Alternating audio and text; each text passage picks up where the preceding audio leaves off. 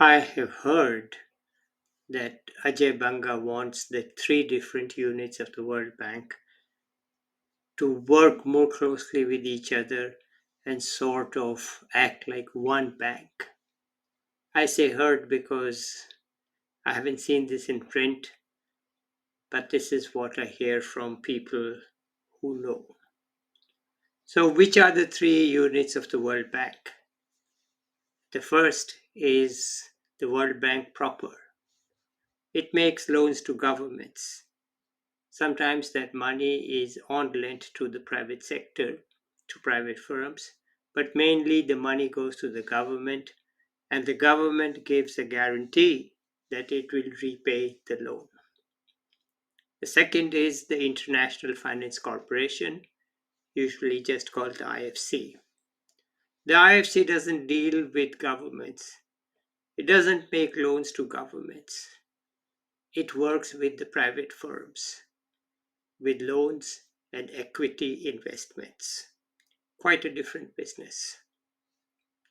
And the third is the Multilateral Insurance Guarantee Scheme, MIGA, that issues guarantees. It doesn't give out loans, it doesn't invest, it just gives guarantees. Now they pretty much operate quite independently of each other. And apparently, Mr. Banga doesn't like that. He wants it to be like one company. But that's a misguided idea in futility.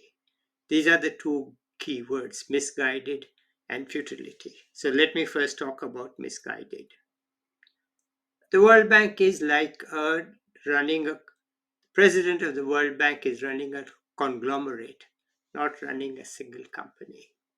Like GE used to be in the days of Jack Welch, running many different companies.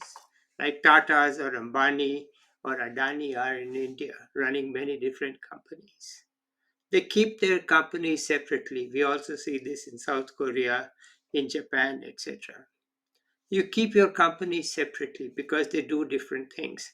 Tata doesn't want the software wing to work with Air India just because they both work with clients abroad or they serve people abroad.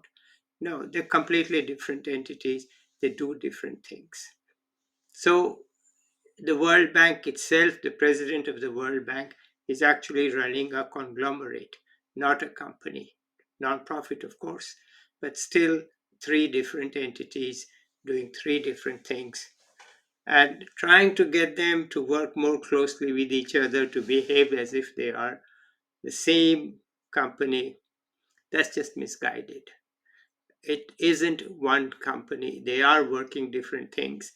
It isn't one place. They are doing different things and they should remain separate.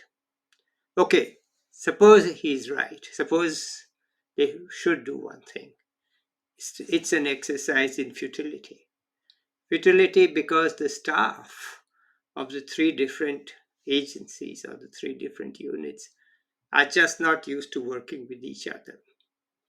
Very few people in the World Bank proper have anything to do with the staff of IFC, though in theory the staff is interchangeable. You can shift from the World Bank to the IFC.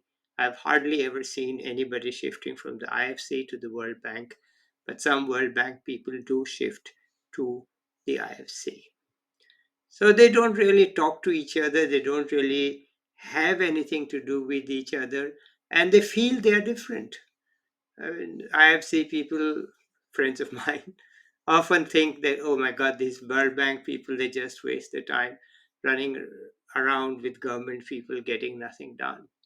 And the World Bank people often think, oh my God, these IFC people, they are doing obvious projects. They're investing in success stories.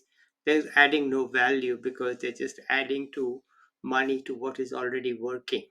So what's the point of theirs? And Miga is like a separate entity all on its own. It hardly comes into the picture on a daily basis in most of the work of the World Bank and the IFC. So the staff are not used to working with each other. And the staff will not work with each other, even if the president says, please do it. The staff are very good at saying, yes, sir, but then not doing what the order says, because they're very good at paying lip service and then not doing the work. Presidents come and go, but the staff are there for years and they will be there for years. They don't really bend that easily to the will of the president. So there's no point in saying, I'll fire the people at the top.